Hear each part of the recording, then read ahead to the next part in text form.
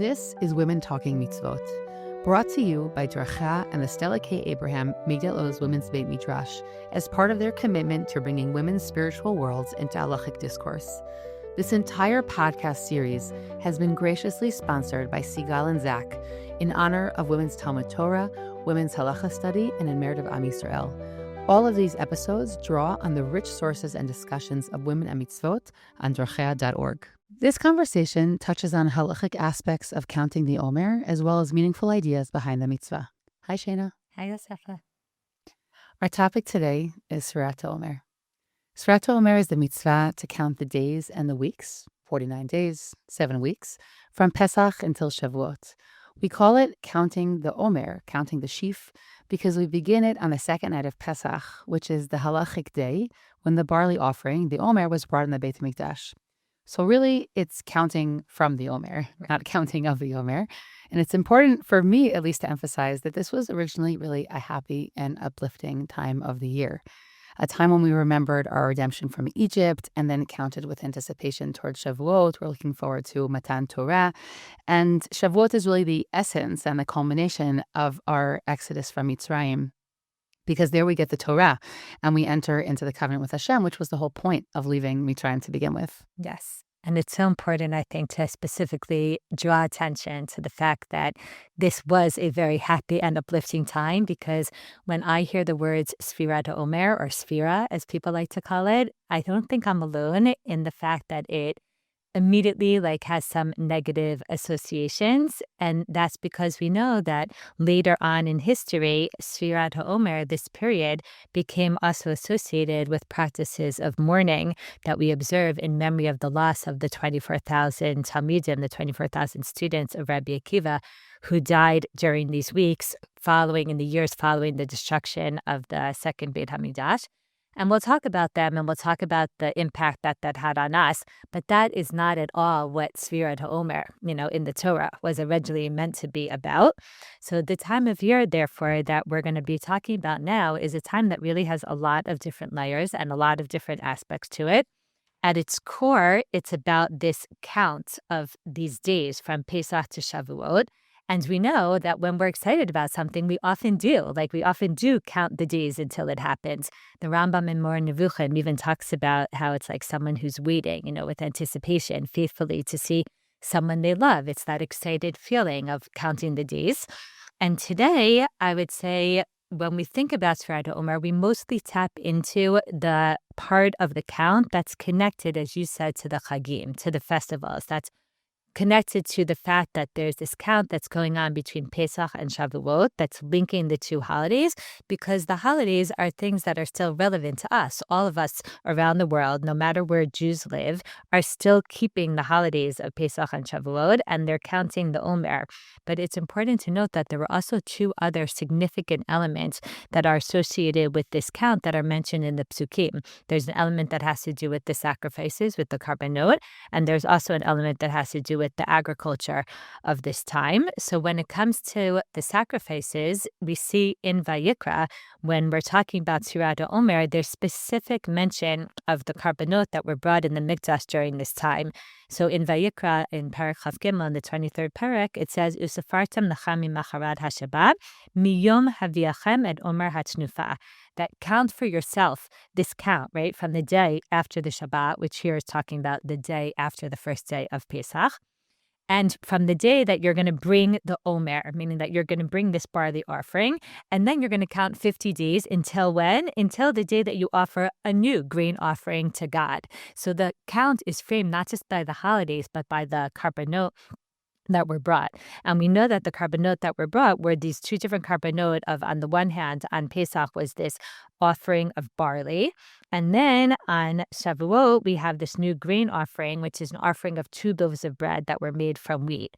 So I think, about the fact that today, when we don't have a Beit HaMikdash, we don't feel as we don't feel connected to the karbanot. It's not something that resonates for us. We're not able to like kind of tap into the meaning of what that meant. But for the Jewish people who were living in the time of the Mikdash, they understood the difference between a karban from barley and a karban from wheat. And that was something that carried a lot of meaning and a lot of significance. So while we're focused on the like Pesach Shavuot element, there are other elements of this count that I think are at least important to mention.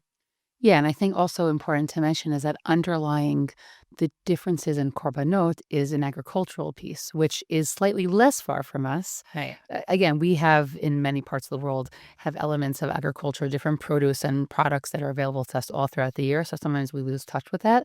But you've already touched upon the fact that there's a very big switch that happens between Pesach and Shavuot, and that we have the barley crop is the piece that we're bringing in Pesach time, and that shifts when we're able to bring a wheat offering around Shavuot. That also is said explicitly in the Torah, Hmm. in the book of Dvarim in Perek Tet Zayin, and it says Shiv'a Shavuot tispor lecha mehechel chermesh bakama tachel lispor shiva Shavuot. That 7 weeks you count for yourself from when the sickle is first upon the standing grain. You have to count for 7 weeks, and then you will observe the festival of Shavuot. And this will also, Asher titen ka'asher yivachecha Hashem Elokecha.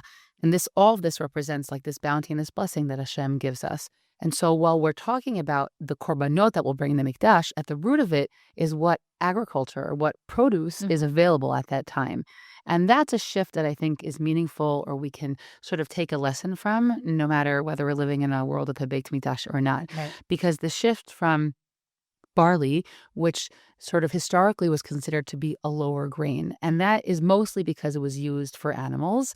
With a little bit of scientific research, I discovered also that the ability to separate the parts that we want to eat from the parts we don't want to eat in the barley is a harder process.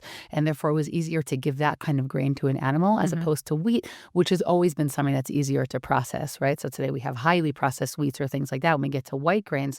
But those are two different kinds of processes. And so the barley was considered to be like a lower kind of grain, which I think is significant. Less refined. Yeah, less refined. And it's significant because that represents, it's very much aligned with where we were Pesach time, right? We were a less refined people. We were coming out of Egypt. We were, if we take the language of Chazal, in Memtet Sharei Tuma, we were kind of like in our lowest level of purification. And as we go through these 7 weeks and count this time, we become a little bit more like the refined wheat, right? We become better versions of ourselves. We become better able to enter into a partnership with God. And so that is a very deep connection, both between the agricultural side and I would say the Chagim side, even in the absence of the Korban piece. Because agriculturally, the barley ripened weeks before the wheat did. So, right, that's not something that we're necessarily accustomed to thinking about when we go out and we buy our bread or our flour in the store. But for people that lived in an agricultural society and were farmers, so they very much understood the significance also of that move from the barley to the wheat because they felt it. They went out to their fields and they saw it. Yeah. And the other piece that's significant halachically, and it's in addition, I would say a Torah addition to the piece about agriculture, is the fact that the Omer offering becomes the matir, becomes the allowance to then participate or utilize the new wheat, what's called the chadash, the new wheat crop of that year. And so that's sort of the halachic or the Torah layer to this whole thing, meaning it's not just that we've shifted in what blossoms or what is now produced, but this korban enables us to then utilize the wheat that happens. And it's interesting because when I think about this shift, I often think about Tu B'Shvat, because Tu B'Shvat, we celebrate all these fruits, but what do we eat? Dried fruits, because those fruits are most of them not ripe yet, right? So we take the dried versions that probably were picked a year ago. And that's very similar here, meaning we celebrate the beginning of a wheat crop that isn't really ready yet. I mean, that's really going to be ready by Shavuot. That's, of course, Megillat Ruth, etc. And so a lot of times I really think about this korban as being like Tu B'Shvat. We're going to celebrate it because this is the saplings, right? It's just the beginning. And so we're already thanking Hashem for the fact that the process is beginning and the world is shifting, even though the actual produce of that or the end result is not yet really in our hands. I mean, it's a beautiful point that even if we're not fully there yet, we could already thank Hashem. We could already begin to see the potential of what's going to be and be grateful for that. I will say that I do feel a shift in myself living in Israel that I am a little more aware of the agricultural calendar than I was. Having my strawberries now, I'm very excited. Yeah, exactly. Because like the fruits here are very seasonal. And when the fruit isn't in season, it's sometimes really hard to find it, or you could find it, but it's much, much more expensive, which is very different than the supermarkets that I grew up in, where like basically all year you were able to get everything. Because in the United States, they were drawing from markets around the world. And it's somewhere, it's Somewhere in somewhere. Mexico, they were Yeah, still making star fruit on January. exactly. And also, like, we live in a home that when we bought it, we were delighted to find out that there's several fruit trees in the backyard. So we have all different kinds. We have 5 different fruit trees. And I noticed that the apples and the pomegranates, the rimonim, like they ripen right around Rosh Hashanah time. And then all of a sudden you're like, oh, that's why those fruits became largely associated, with this holiday. It's not like that they chose what was available and they found meaning in that. And it makes me realize that, the farmers again of the time of the Mikdash, I think really, really, really also felt that way about the barley and the wheat. And it also connects to the fact that Rabbi Akiva in the Gemara in Rosh Hashanah even suggests that in addition to the Omer sacrifice being offered on Pesach as a way, as you said, of making the new grain permissible, it also was brought kind of almost like as a tefillah, as a hope of causing blessing to be brought. Like, yes, on the one hand, as a way of thanking Hashem, as you said, but also as like a hope, that this karban will also signify the blessing that we hope will apply to the new grain crop. And I think, just taking a moment to think about these things as we maybe, make our challah or prepare, our different foods or whatever, and could help us also connect and really understand some of these other elements of the count of Sefirat Ha-omer that are not always forefront in our minds. Yeah, I think in general, whenever we connect more to the agricultural elements of the world, they're much more related to our daily life than we often realize. Meaning you're mentioning just in the, oh, well, this is why we have that fruit for that holiday, which is also important. But there are so many elements about the way that the natural world functions that we've kind of lost touch with that deeply impact our mood, how we behave. Like there's so many layers there that I think are really important, and it's moving when we're able to discover them. I actually just wanted to focus for a minute, Shayna, on the actual act of counting, which I think is an interesting it's a prominent element of this time period. You mentioned earlier this piece about the Rambam about waiting to see someone we love, right? That we count up in this time period, which is a unique element of the count, right? Usually we count down to things, or when you were talking about counting before, I was thinking about this whole, I have no idea if this is a phenomenon in the States as well, but the countdown to like weddings, and then you hold up a sign with a number. Yeah, lots to say about that phenomenon. Okay. But anyways, we usually count down. So here we famously count up. And that immediately brings to mind 2 other halachic counts or Torah counts that we have that I think it's interesting taking a moment to think about which of those is the Omer actually more parallel. So other counts where we're counting up. Exactly. We're counting up to them. Yeah. So the first is the one that's also agricultural, which is the Shemitah and Yovel cycle, right? So the Shemitah we're counting up to the 7th year, and that's a sabbatical year. And then the Yovel is going to be 7 cycles of that Shemitah cycle. And there we also count up. And that count is often considered to be a count that's associated with Kedusha, right? When we talk about Kedusha Ta'aretz, that we're getting to this year, we're going to have an elevated level of Kedusha. And so that's a count up to get toward that space. And I would also say that in that kind of count, we're not necessarily looking to get past something. I would even say the Shemitah year has certain challenges to it. So we're not necessarily looking to race to get to the Shemitah year, even though in an ideal sense, there's a lot of elements to the year that are very, very special. But we're counting up in a way that I would say is paced and is patient to a certain degree. And when we fall upon that particular year, then we enter into that world with all the stipulations that it requires. We didn't say we're counting up, but not, as you said, to like necessarily get somewhere as much as to recognize like each year has its specific significance. So in the different masers that are brought, exactly on what year we're in. So like it's a count that's noting, oh, we're in year 2, we're in year 5. It's almost like a counting of presence. You know what I'm saying? It's a counting of being present in that particular year. This is where we are. Let's note the point, at which we find ourselves. Exactly. And the other count that is familiar to everyone is the count of tahara, of purification, right? We have the concept of A zava, a woman who has non-menstrual bleeding for 3 days or more, has to count 7 clean days. Now, that's a halacha that's familiar to all women because in the way the halacha developed, all women, even when it's menstrual bleeding, are also counting those seven clean days. And this also is a count up, and you count from 1 to day 7, and then a woman can go and immerse in the mikvah. And I would say this, it's safe to say that I think often we're happy to move past the count, right? We're in anticipation to get to the end of the 7th day. And so we're in anticipation of completing that. Now, this idea, the Zohar brings us up about the comparison. Now, let's bring this back to the Omer and see where this brings us, right? It already compares this Zava count to the Omer. And I'll just read a few lines. It's in the Zohar Parshat Emor. כמו האישה שכאשר פסקו ממנה דמים של טומאה, לאחר שפסקו ממנה מה כתוב, וספרה לה 7 ימים. Okay, so it says just like a woman who, after she's finished bleeding, has to count for 7 days. What did it say? And she should count for herself 7 clean days. כך כאן, כיוון שנכנסו ישראל בברית עם השם, פסקה מהם טומאתם, ואמר הקדוש ברוך הוא, מכאן ואילך ספרו לטהרה.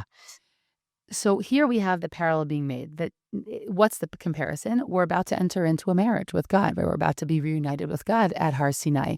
And so just like the woman in anticipation of the couple reconnecting, so too here we're going to be counting up in anticipation of connecting with God. It also connects back to what you said about the purification process, that Yes. Bnei Israel were on a lower level of tahara when they came out of Mitzrayim. They had to go through a process to become ready and pure enough to receive the Torah, which is in essence like that process of Shiva Nikim. You're counting those 7 days to become tahara at the end of it. Yeah. And if I just sort of bring this back to the specific Omer piece, I think we really see that there is a connection to both, right? We both have, as you said, a connection to the Zava, of that counting up for a purification process, which connects more to the historical piece of Matan Torah. Mm-hmm. It almost feels like in elongation of the Shloshet Yemei Hagbala by Har Sinai, where we know that in those 3 days of preparation that men and women separated from each other in order to be able to receive the Torah.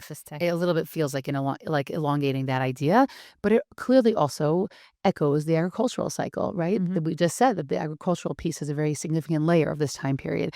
And so it both seems to be accounting up for Kedusha and maybe accounting up L'Tahara, depending on which layer of this time period we're looking at. Mm-hmm.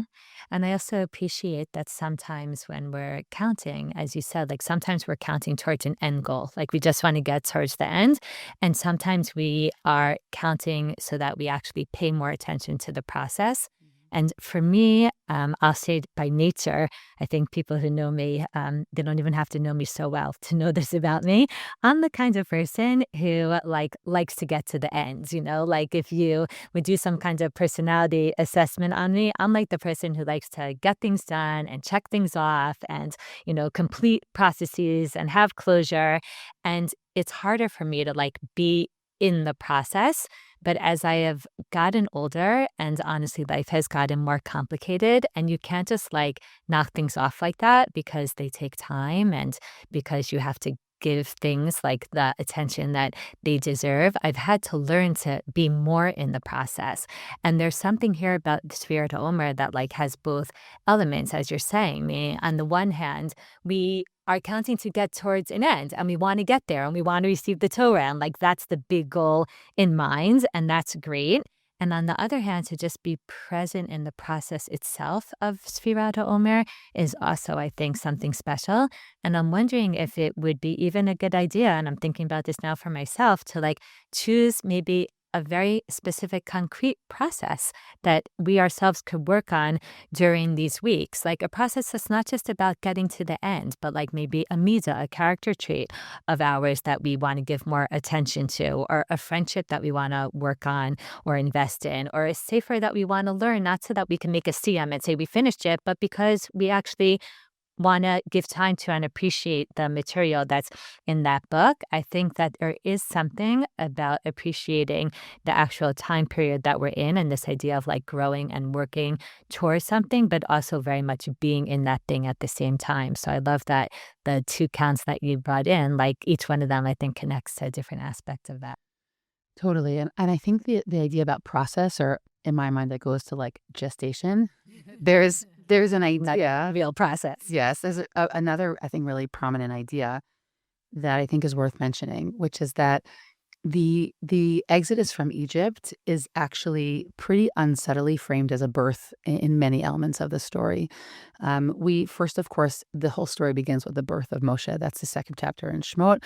First we have all the threats, but the salvation itself starts really in chapter 2, where Moshe is born, and we have there the whole drama of his birth and saving him, and we also have the fact that the entire Egypt story is really pushed forward by the fecundity and the fact that the women of the Israelite women of Egypt were able to have so many children Mhm. despite the fact that they were being oppressed. But it's not just a physical birth of children that really is the strong point here. There are multiple elements. If you've never thought about it, it's kind of freaky when you first discover it, but I can't unsee it now. That there are many elements of the story itself of women leaving Egypt that are really explicitly framed as a birth.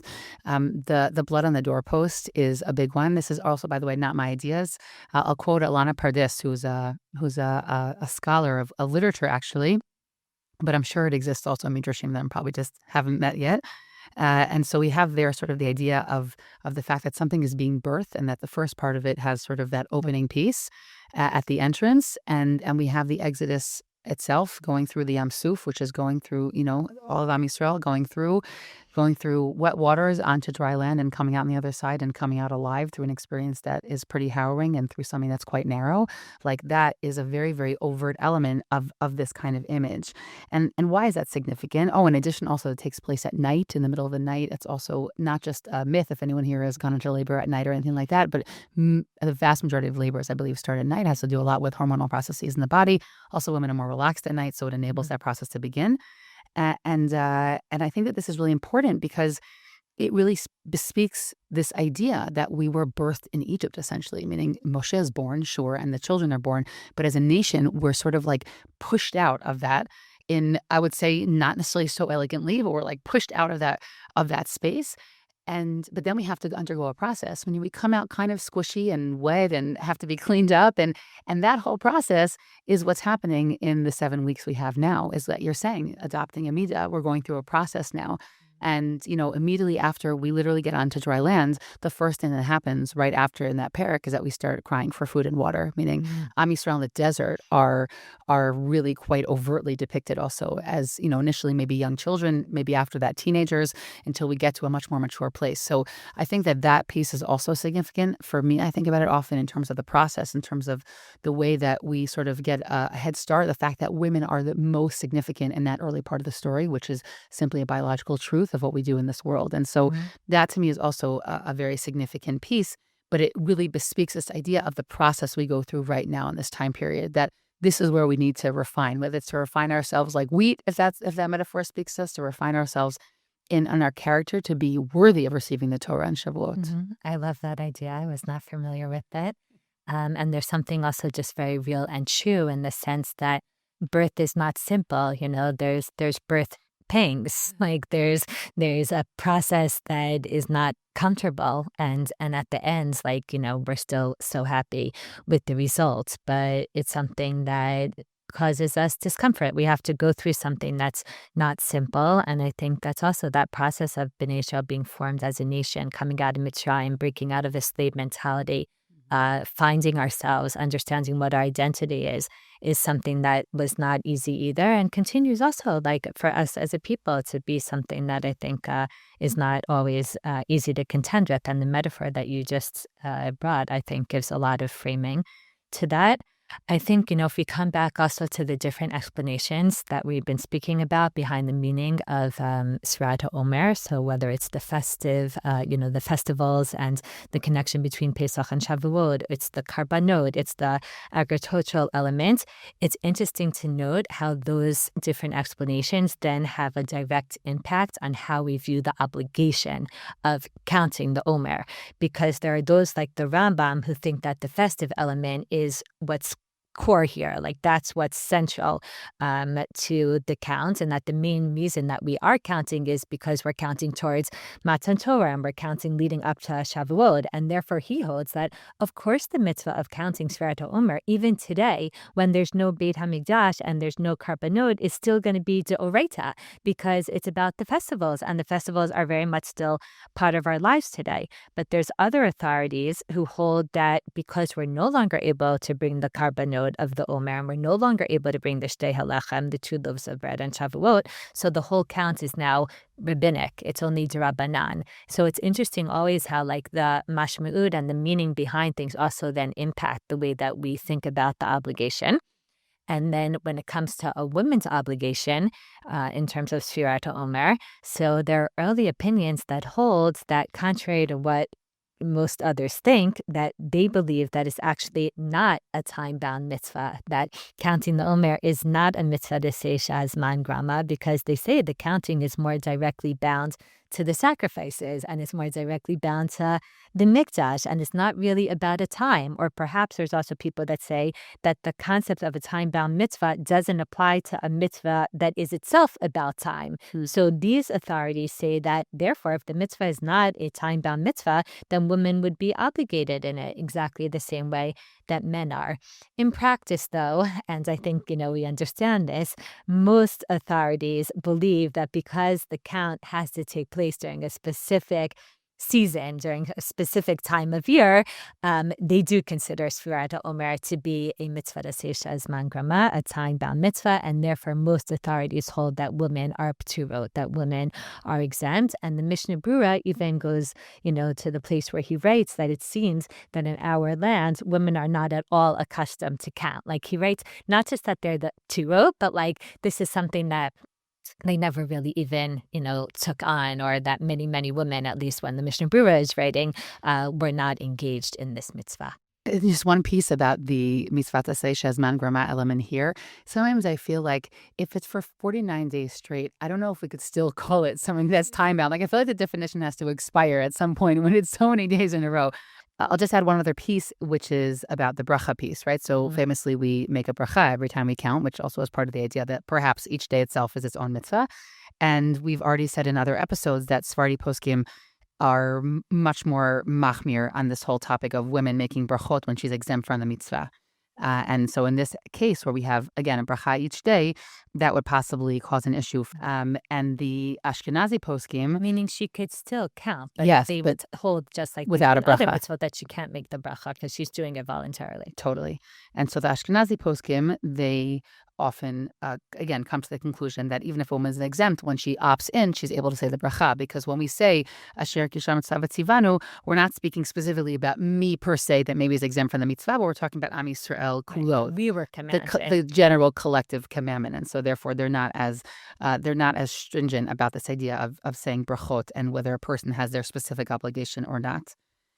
Historically, I'll just say that there were definitely many communities of women that were really careful to count Sefirat Ha-omer with a bracha. And for them, it might have really been considered a binding custom, meaning similar to the way that there were kilot that accepted upon themselves, the women accepted upon themselves hearing shofar, and that becomes a mitzvah that even though it's a mitzvah asay shazman grama, it's considered binding for women, that in many communities it's very possible that that would have the same status here in the mitzvah of counting the Omer. Yeah, so we see that there were really different practices amongst women.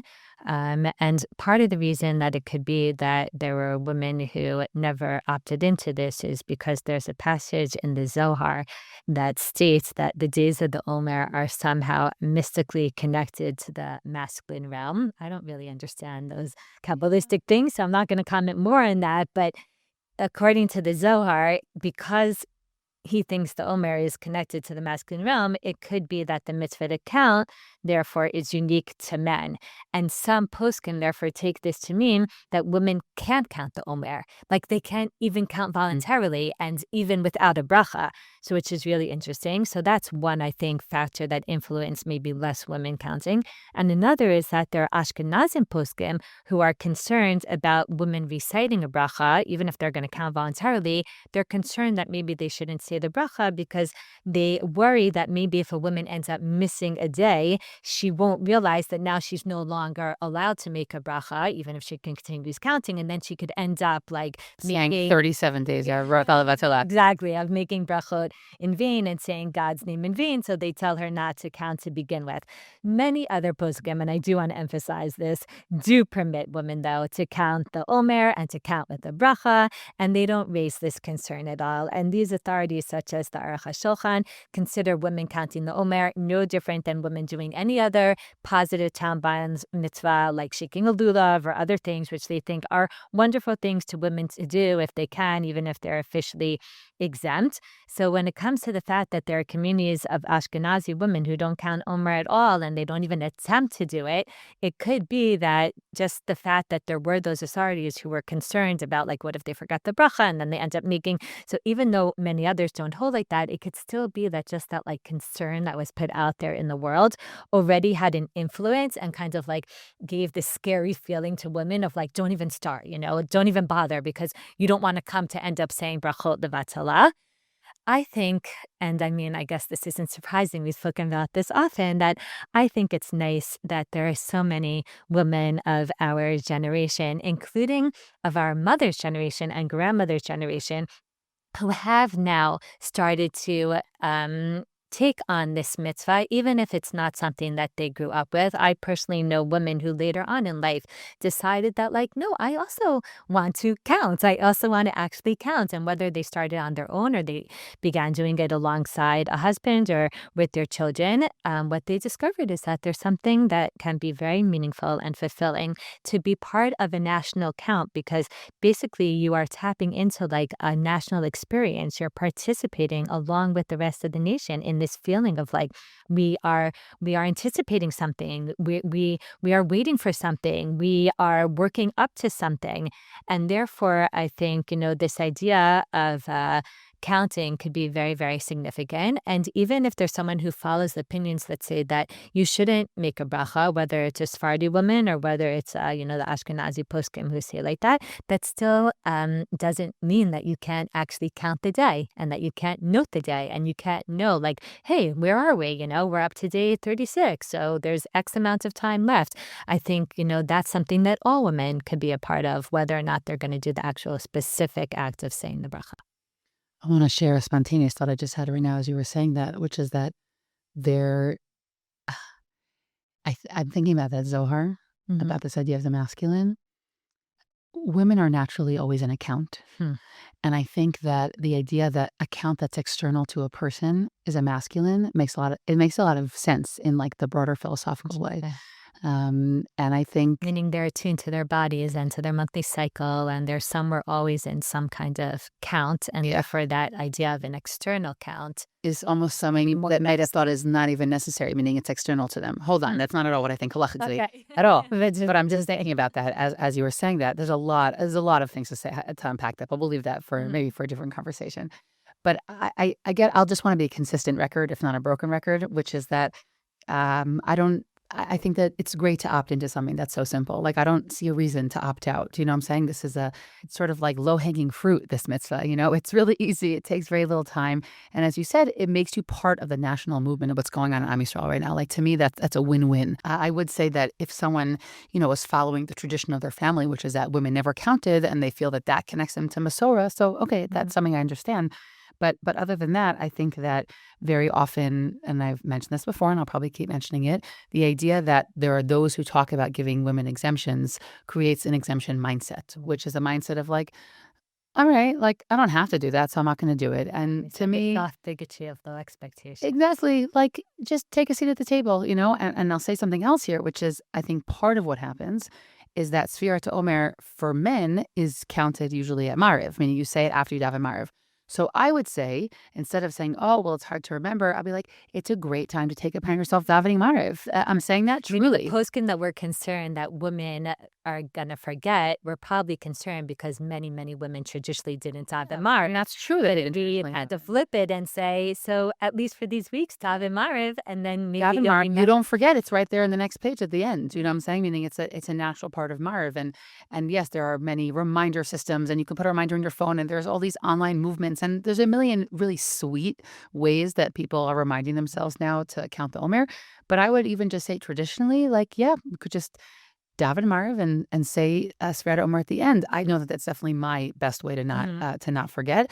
And I will say that there were years where I literally was out on like day 2 or 3. Like that happened to me, okay? And there's In different. Israel, sadly, you could get out on day one because, like, growing up in America, that first night of counting the Omer was at the end of the Haggadah of the second Seder, So, like, you finish the second Seder, and it's like, if you hadn't said the Omer in shul, it's like a reminder for the women who maybe weren't, at Mariv to, but if you don't have a second Seder and it's Motzei Chag here, and the men maybe who are in shul davened, and there's a woman who's at home, or maybe doesn't usually daven Mariv or whatever, or does daven Mariv, but she isn't in that Not in time the, space. she's not So, remembering like, yet. all of a sudden, the first day, you could It happened to me. So, It like, happened to me. in Israel, even more so, I think we really need to, like, put in place whatever reminder system you're gonna use to, like, have that going already, the second night, which is Motzei Chag here. Totally. Yeah. And I just think like it's just a good opportunity to like count in, make ourselves count, be part of the count. Like I think it's a good opportunity. Yeah.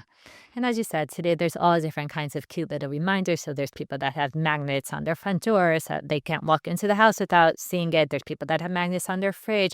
I saw all these advertisements for these pillowcases. I don't own one of these, but it's pretty cute. It's like I saw one that says, don't count sheep, count Omer before you go to sleep. And on the pillow is like the whole count, and it comes with a washable marker, and you check it off or whatever. So whatever it takes to get into the swing of things is good. And in general, for me, like just the fact that we're sitting here and we're talking about this, I think is really helpful to like help put me in that mindset, in that headspace of like, right, this is a happy time. This is a time that we are supposed to feel excited, because coming back to what we said at the beginning, unfortunately, we know that at a certain point in history, that unmitigated joy that really like defines these weeks became somewhat overshadowed, or maybe you want to say diluted, by the practices of mourning that we observe in memory of these 12,000 pairs of Talmidim, these 24,000 students who all tragically died in these weeks between Pesach and Shavuot, the students of Rabbi Akiva. Why? Because the Gemara says, Lo nahagu kavod ze lezeh, that they didn't treat each other with respect. Now, on the one hand, the fact that they died specifically during these weeks doesn't really seem to be connected to the historical time period of Sefirat Ha-omer. It's just when they died, and it happens to overlap with, what we know as Sefirat Ha-omer. On the other hand, the Maharal actually notes that, like, it just can't be that if people have underlying, like, real character flaws, that they woke up on, Pesach morning and, like, all of a sudden started not treating each other with respect. It has to be that, like, there is some kind of significance to why they died specifically during these weeks and not at any other point during the year. And he says that it's fair to assume that, like it was something that was going on before this time. And he answers that we know that when Bnei Israel accepted the Torah at Har Sinai, there was a very unique and intense kind of unity that they experienced as a nation. The pasuk in Parshat Yitro that describes Bnei Israel arriving in the Sinai desert starts off in plural. It says, Vayavohu midbar Sinai, v'yachanu midbar, that they came as a group. They came as a, nation to the desert, and they encamped there. But then suddenly it switches to the singular, and it says, Vayichan sham Yisrael, like as if it's talking about an individual. And it says, like, he encamped there, neged Hahar, before this nation. And Rashi and others, see that switch, and they note it. And Rashi comments, why all of a sudden is it talking in singular? And he says, Ki ish echad belev echad, because the nation really was like one person with one heart, meaning they were so unified in their excitement and in their desire to accept the Torah. And the Maharal learns from this that actually unity is therefore an essential and an integral part of what it means to live a Torah lifestyle, and that the Torah can't survive if it's not taught, or it's not learned, or it's not observed in an environment of ki'ish echad b'lev echad, in an environment of respect. Now, respect doesn't mean that we all have to think exactly the same, and respect doesn't mean that we can't have disagreements. We know that our tradition is full of machloket and full of people who saw things differently and had different approaches, but it means that we have to look at each other and at least have a basic respect for the other person and the way that they approach life and the way that they carry themselves. And the Maharal says, if you had these Talmidei Chachamim, this group of Talmidim, like the Talmidim of Rabbi Akiva, this really major Tana, and they were learning all this Torah, but they weren't able to treat each other with respect, then there was something pagum, like there was something tainted, there was something not okay in their Torah itself. And therefore, he says the punishment happened specifically during these weeks of Sefirat Ha-omer, which honestly is not simple to read because we're in a complex time here in Israel and I think around the world in terms of our internal rifts. Like at the beginning of the war, there was a feeling of like, oh, all the strife and all the, Yeah, I was all gonna say, Yafi, that those kind of feelings they can't last for that all long. that lack of unity that we felt in 2023 with the judicial reform here in Israel, like, puff, it all went away at the beginning of the war. And as you said, it doesn't last. And sadly, those things come back. And again, it's not that people can't disagree, but it's like the bad feeling and it's the hatred and it's the pain and it's the tension that you see like between Jews in Israel and Jews in the diaspora, between Jews of different denominations. So in short, this idea of Jews not treating each other with respect is not something that applies to like, ugh, those students of Rabbi Akiva, and they messed it up for all of us now. In 2026, we have to observe these practices of mourning because they didn't know how to treat each other. It's like, no, his parish is like a motivator for us to be like, we too, unfortunately, suffer from this idea of lo nahagu kavod zeh lezeh. We also have to think about how we are relating to other people. Do we see them as our brothers and sisters? And perhaps when we observe the mourning practices of this time period, instead of just looking at them as, like things that are annoying or things that like why do we have to be bothered with this, we could actually stop for a minute and take them as an opportunity to maybe ourselves think about how to approach the people around us differently and with more kavod. I actually just wanted to share a personal example I was thinking about as you described that Maharal, because I guess I had a little bit of avodat hamidot opportunity before the Omer period because we're recording this a little bit before, and I, like happens to many of us, I just like wasn't in such a good place, like vis-a-vis my kids. I was very stressed out about an event that never happened because there was a war and then it didn't happen. And I just was stressed. And, sometimes our stress comes out in all different pores of ours in different spaces that it doesn't belong. And I just like wasn't in my nicest period of time. And then, another war broke out that we're in still currently right now. And I was like, and then my husband went off to Miluim and I was like, okay, Yosefa, you got to get this under control. Like you have to, and it was mamash like that element of kavod. Like I have to be like the best version of myself right now. And like, no one So wants, our kids deserve respects. oh, and they told me that, meaning they didn't want a yelly ima. And I totally get that. I was in a yelly place. And this doesn't help so much for Avodat Hamidot because I can't exactly tell you what I did, but I had like this internal switch and I was just like, no more. And I just like somehow was like, find those inner reservoirs of patience and like tap into them, Yosefa. And I have to tell you, I'm gonna say this, like I was a little bit moved like by my own ability to like be a better version of myself. Believe me, there are other things that come at the expense of it. My back definitely hurt more because I had to dig deep into my reservoirs. I'm holding a lot of things inside, and that's all true. But I will say that it was able to happen. And like that sense and what I want to take from this, I also, okay, I guess maybe I'm bragging on, public podcasting, but I want to say that the thing I think that got me to do that was a sense of personal responsibility of saying, only you can make this better right now. Nobody else. And when we talk about Talmidim, it's a Hamuni thing. It's a whole group of people. So it's kind of like, oh, all those people and they were so bad. But at the end of the day, it's each person who takes responsibility for their own behavior in different scenarios. And like that, I think, is what was able to happen. Like I had this acute sense that like I had to be responsible right now. And there wasn't anywhere to lean on at the moment. And I think that what was enabled me to make that kfitza. And I'm telling you seriously, like I felt like it was a little bit of like an early Sefirat Ha-omer. I'm serious, like mida opportunity.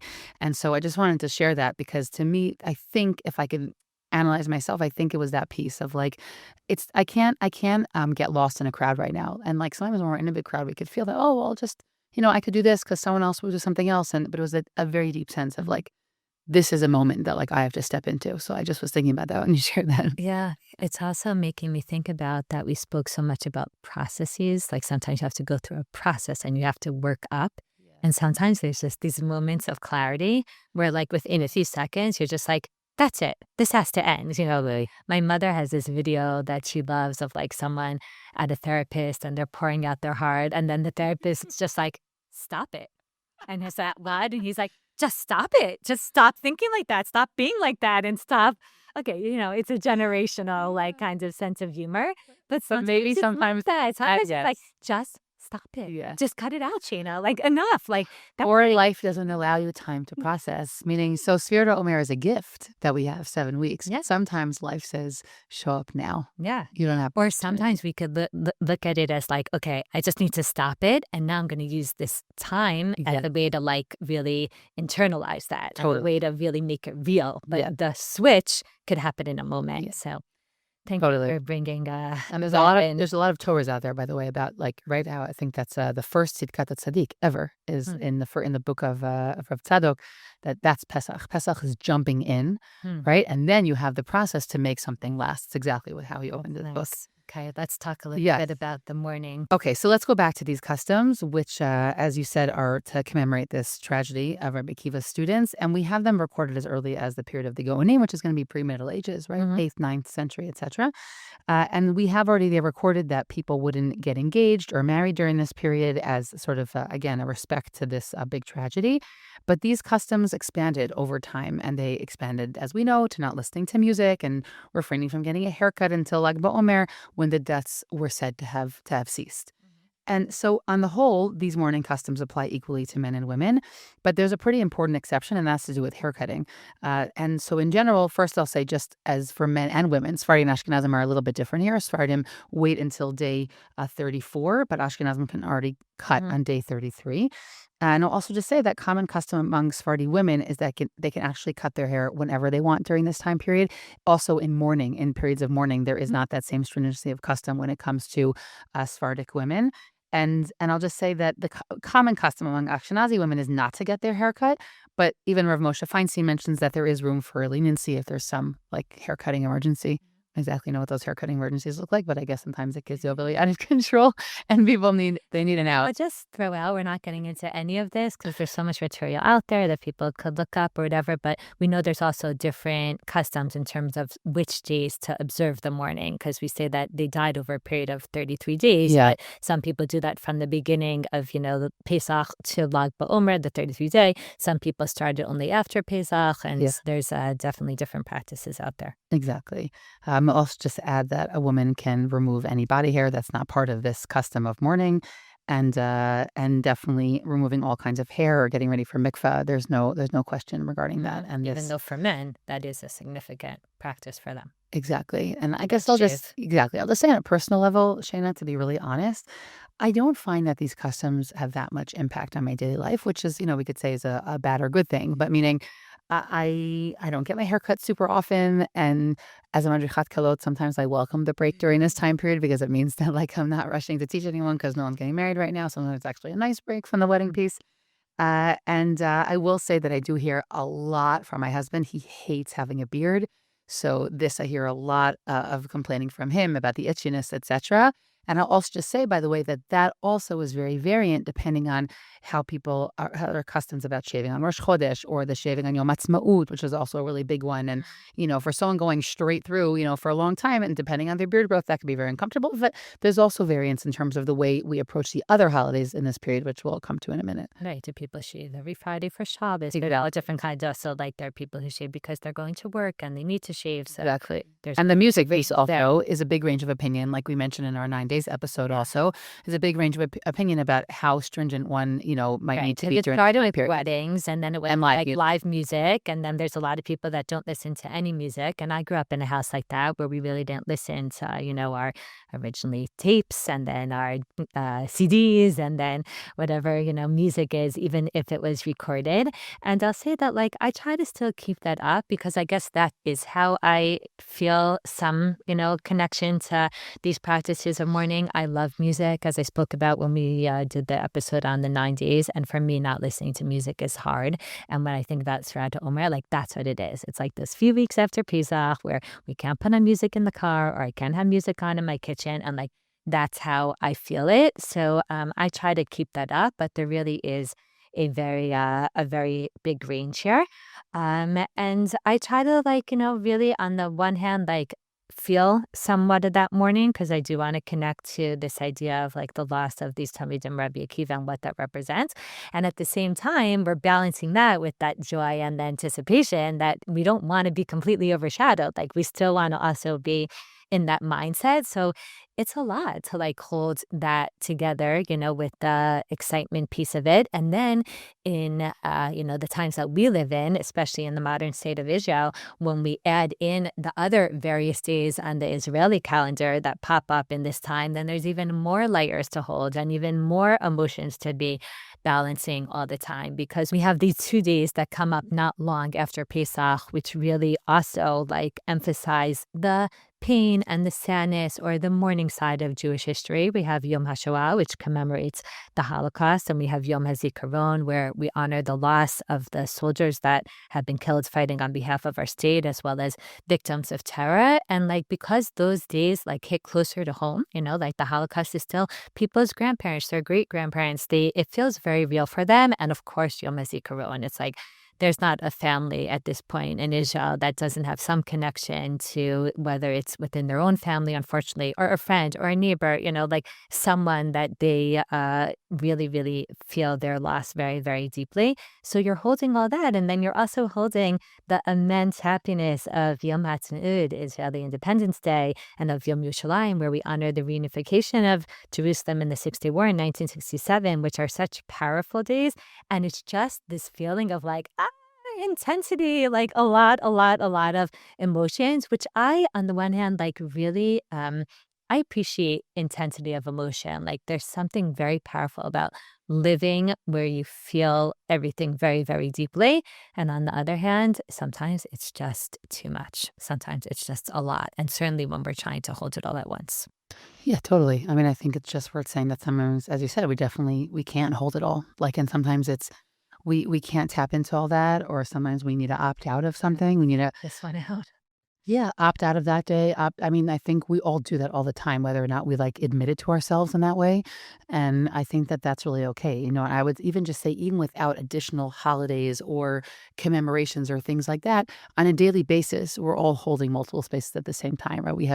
We function in different ways as a parent, as a child, as a sibling, as a friend, right? And as an employee, as an employer, like we're constantly holding different spaces within ourselves. And some of us are better at that kind of parallel living, and some of us maybe and don't even think about it like that. And it's just like we, gracefully move from each of those spaces to the next. And for some of us, those things are more difficult. And I think that it's really okay, especially in the years we've been in, which are so draining and so intense, that it's really okay to be like, this is something that I'm not able to hold right now. And in that way, I want to sort of recall I mean, you had quoted it name from Amital, but I actually know from somewhere else. But the idea of v'kov Hashem echalifu koach, this idea that we can tap into. If we don't have koach, then we can tap into somebody else's energy, right? If we are not able to bring that in. And to me, what's I think the biggest salvation almost of this time period, as we're saying, has so many layers to it, is the fact that when we come to these national days, whether it's the Yom HaShoah or Yom HaZikaron, Yom HaTzmaut, that sometimes we can be a spearheader of our own, programs in our own yishuvim, or our own communities, or our own shuls, or whatever.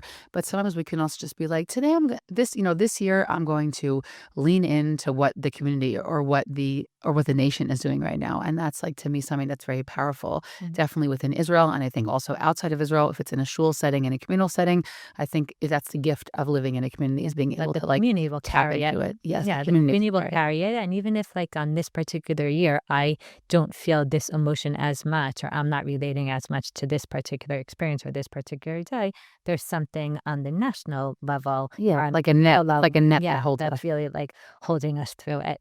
I want to share that for me personally, I also have really found for a very long time at this point that looking to Rabbi Akiva and the attitude that he approached life with has helped give me a framework for being able to hold these different pieces, because I really, really connect to the personality of Rabbi Akiva, like to the point that our third son is named Akiva. And when people say, who's he named after? We're like, Rabbi Akiva. And they're like, no, for real. We're like, no, Rabbi Akiva. Like, we really, really, really appreciate his perspective and his world outlook, because what we see through a few different stories that are brought in the Gemara in his name is that he had this unmitigated, just positive approach that defines his life and defines his religious experience. So whenever he was confronted with something negative and with a difficult reality, he had this uncanny ability to be able to like kind of lift himself somewhat above the moment, a little bit like you were describing before, in that Yeah. moment as a mother,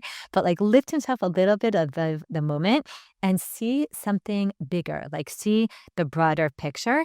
More than once, the Gemara tells us that Hein Bochin v'Rabbi Akiva mitzachik, that his colleagues, the other rabbis, were crying, and they would find Rabbi Akiva laughing, and they would say, "What's going on? Like we're crying over the glory of the oppressive Roman Empire. Like how could it be that they're being glorified while we're suffering?" And Rabbi Akiva would focus on the fact, well, if that's the reward that's given to people who are so evil, like what must lay in store, for those who are righteous? Or the other rabbis were crying at the sight of a fox trotting on the destroyed Temple Mount. And Rabbi Akiva saw that and was already able to envision the future redemption and the fact that there would come a time when men and women, older, men and women, would stroll the streets of Yerushalayim in a rebuilt Jerusalem. And time again, they would turn to Rabbi Akiva and they would say, Akiva nechamtanu, not just like Akiva, your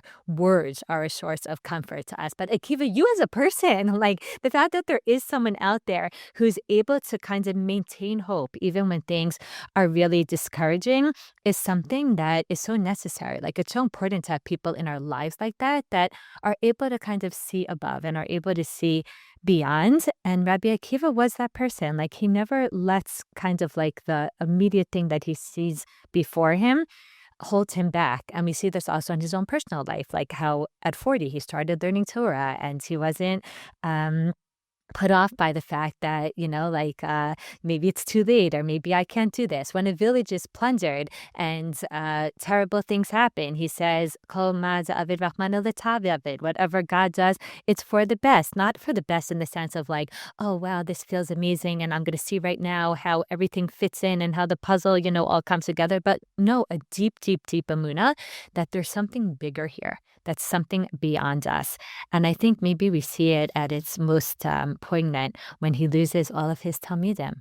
Because you and I know as teachers, like, imagine that not just that you lost all your talmidim, but you lost all of your talmidim because they didn't treat each other with respect. When you are the person, Rabbi Akiva was the person who said, "V'ahavta l'reacha kamocha, zeh klal gadol b'Torah." Like he was the person who really like understood that the most underlying principle that we have in the Torah is loving and respecting, each other. And now his talmidim were taking scrupulous notes and writing down everything that he says. They haven't managed to absorb and integrate the main thing that he stood for. So you would think if that wasn't enough to like turn someone off from teaching or make them feel like they're a total failure, like what would be? And we would expect Rabbi Akiva to close up shop after that or like to give up or to despair. And yet the Gemara goes out of its way to tell us that he chose 5 new Talmidim and he started over from scratch. And the Gemara even tells us that it's through those Talmidim that the Torah Sheba'al Peh that could have been lost because all of these Talmidim, were no longer with us and they were holding so much Torah. It's through those Talmidim that the Torah ended up like being able to survive and to be brought forward in this world. And it's because Rabbi Akiva, like, he didn't stop. And even at his own death, when he's taken out by the Romans and he is, combed with these hot iron combs, and he's one of the Asara Hamugid Malcha, one of the 10 rabbis that was brought out to be publicly executed, he doesn't see his death as a punishment. He doesn't look at himself as like, this victim. He doesn't even see his death as an atonement. He turns to his Talmidim and he says, Kriyat Shema. And they say, Rabbi Ad Khan, like, really? Really? Like, even now you're going to be positive, even now? And he says, what do you mean? Like, my whole life, I wondered how I was going to fulfill V'ahavta Hashem Elokecha b'chol nafshecha, with all your soul, which he thought meant, until somebody wants to take your soul. I wonder, like, okay, not everyone has the opportunity to die al Kiddush Hashem. Not that we're looking for that, but he says, but now that it's come my way, I'm not going to kind of like see this moment as an exalted moment. And there's just something, I mean, I'm so far from that place of being able to be positive all the time, but I do try as much as I can to draw from that strength and be like, no, it is possible to hold different things together when you step back. Because, like, when you're up close, so like two very different things, you're like, but when you step back and you see them as part of something bigger, right? Like, you could have a Holocaust and you could somehow manage to move forward and, found a state. You could commemorate terrible, terrible losses of soldiers and terror victims, and come nightfall, all of a sudden switch into this celebratory Yom Ha'atzmaut mode, because how integrated the two are. And we can mourn the students of Rabbi Akiva, and we could observe like some of the practices that we were speaking about, and at the same time still understand that the time period that we're in is an opportunity kind of to develop ourselves and to connect to Torah. And I think that that I don't know, that perspective of Rabbi Akiva really, really, really, it really helps me. I think, though, when you describe Rabbi Akiva's personality, which I'm also just wondering out loud, but I want to say with a question mark, because I would have to compare the two Gemaras. I always wonder if the V'ahavta L'recha Kamocha, which he responds in a different setting, is what he learned from his student's death. Meaning, not that he said it and they all wrote the notes but didn't do it, but that he realized that that was really the most important thing. But I would have to look at the timeline of those two stories, and I want to be careful about that.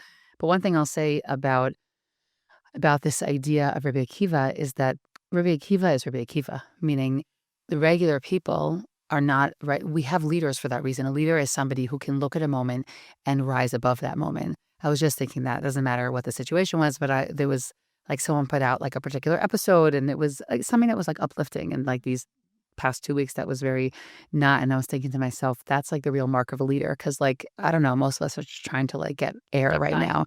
And so, but the person who's able to, again, as you're saying, their Rabbi Akiva, it's like to lift them up out of that moment and to see bigger, and in his case to see, because I look at Rabbi Akiva, it's also he sees opportunity. It's like a positivity, but it's also seeing that this is an opportunity. I don't want to get too philosophical, I don't want to get too theodicy, is it a punishment, is it is it an atonement? But I just look at this as an opportunity for something else. And to me, that's really what often makes that big difference between, like, we need leaders. We need people who are able to do that, because most of us are not able to do that in many of these moments. And so that is really the uniqueness, and why we really need people who can hold us when we can't necessarily hold all those pieces together. Yeah. And I think one of the things also, I think that really stands out for me in the Gemara about Rabbi Akiva when he sees the fox trotting on Har Habayit is he said to them, it's only once the nevuah about galut and the depths of the galut and the depths of the fact that like Yerushalayim will be like plowed under like a field, it's only once I see that really coming to fruition that I could really believe that the nevuot, the prophecies that we have about redemption, about geula, are also going to, one day be our lived experience. It's like he sees that one is kind of dependent on the other, or one is connected to the other. And if I come back to Sefirat Ha-omer, I think that's also something that resonates for me, that when we count from Pesach to Shavuot, what we're doing in essence is saying Shavuot doesn't stand alone, right? Because someone could come and say, Shavuot, Matan Torah, like that is what it's about. To be a Jewish person is to be makabel the Torah, to get the Torah and to, receive it. And like, why do we have to, like, meaning that day should be able to stand in a vacuum. That is, the core of our Judaism. And yet what the Torah is telling us is like, no, you can't just arrive at Shavuot without connecting it to Pesach, because unless you understand that we were slaves and that Hashem took us out of Mitzrayim and that we had to go through a process and that he took us out of Mitzrayim, as you said, not just to be free people who could do whatever we want, but to become Avdei Hashem, right? It's not that, oh, we were slaves and now we're free and whatever. It's like we were Avdei Paro and he took us out so that we could become become Avdei Hashem. That's what gives Shavuot its meaning Shavuot isn't in a vacuum. If we forget kind of what we went through or the hard times that we experience, then we can't begin to experience the happiness or the awareness of how meaningful it is that Hashem took us out and he gave us the Torah, meaning that understanding enhances it. And it's the same thing here. Like if we would only celebrate Yom HaAtzmaut without having a deep appreciation of the sacrifice that went into it, then it wouldn't be the same celebration, And I think that's when when we try to hold things together, it's not because, oh, we have this and they're disconnected and we have to whatever. It's usually that they're very integrated, and the fact that there is pain makes us appreciate the wonderful moments so much more, or the fact that people understand that we're sacrificing for something is what enables them to go through the pain. We have to find ways to kind of integrate those them. pieces. Yes, that's, I think, what adds meaning to it. Anyway, what's your takeaway from all this? What do you think? I guess I'll put myself in with the Amcha at the moment. I'm feeling that there's a lot going on. I'm coming into this time period pretty drained. I don't know exactly where I'll be, exactly when we count, start counting every single day. But I'm coming in, I think, like a lot of Am Yisrael, I could definitely speak for a lot of us in Israel, not coming in at my freshest moment of life. And I would also say that sometimes just because of my personal internal makeup, like the layering piece is hard for me because I'm like a very in the moment kind of person. And so sometimes it could be hard for me to be at sort of multiple places at the same time. In practicality, that means I'm not a good multitasker. And so I think I am coming into this time period looking to sort of lean into the strength of others. I've actually said that in a few conversations in the past few days. Like I've just needed some help with some projects I'm working on. I'm just like, I need ideas from other spaces. I need to lean into something else because we can't always be the spearheader of all that. We can't always be in that Rabbi Akiva space. So I'm going to put that honesty out here, and I'm assuming I'm not alone in it. And I'm definitely coming also with a tefillah that this time period will bring something that will feel more produced, that will feel like we put in efforts in something and the efforts come to pass. I think that there's just been a very strong sense that we've tried to jumpstart so many things, and a lot of it keeps getting kind of getting cut down, and definitely in Israel in the past while. So I'm definitely hoping that this time period brings a kind of renewal where it definitely exists in potential. And so I guess I'm coming in more with a tefillah, I think, to this time period. What about you, Shayna? Beautiful. I'm also very much in need of the strength of others. And I think whether it's the strength of someone like Rabbi Akiva, where we have to kind of dig back into our sources and into figures from other times, or it's people in our modern day, who have that similar approach to Rabbi Akiva. I feel myself thirsty, for like anyone who is able to give somewhat of that broader perspective. And there's a man here in Israel named Yaakov Nitzan, who is the brother-in-law of one of our colleagues, of our friend Batsheva Samad, who teaches with us in Migdal Luz. And, he's like a regular guy who works in real estate and had a regular life. And then in the beginning of the war, a few months after October 7th, his son, Gilad, was tragically killed in Gaza. And he took that opportunity to found what is called Forum Hagvura, which is a forum that helps bereaved families and that gives a lot of attention to the soldiers that were lost, and the sacrifices that they made. And recently, another son of his got engaged to a beloved student of ours in Migdal Luz. And he went to his ex accounts and he wrote about how we as a nation don't forget our pain. It's not that they're not still in pain and that they don't think about their son every day, but that we also don't let that pain stop us from moving forward.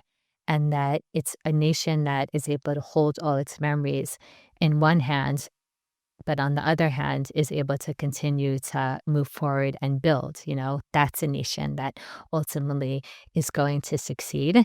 And for me, I'm just thinking a lot about Sefirat Omer and about those ideas and about no matter what, we keep counting up, right? So, like, maybe today was a hard day, but tomorrow, actually, we just counted a higher number. Like, we keep moving forward. We always have something to move towards. There's always a way in which we could grow. There's always something that we could learn. There's always something that we could work on. There's a way in which we could connect to Hashem. There's a way in which we could ready ourselves more. So even if today was hard, or even if today wasn't that day, there's always tomorrow. So I think that ability to just keep counting, keep moving, keep holding both is something that I really appreciate, and that gives me a lot of strength. And I hope with all that, we could come to our own Kabbalat Torah yet again this year.